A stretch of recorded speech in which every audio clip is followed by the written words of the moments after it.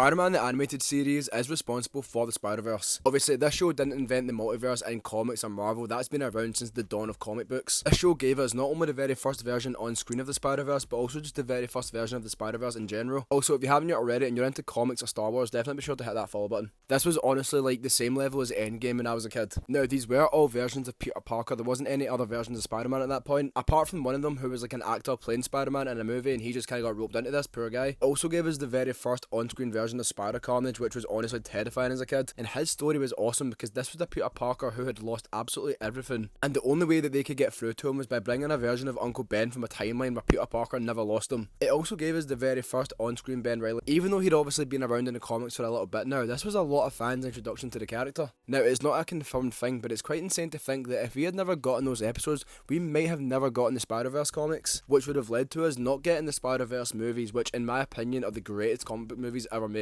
And that's why this show deserves so much credit and love, man, which it does get, thankfully.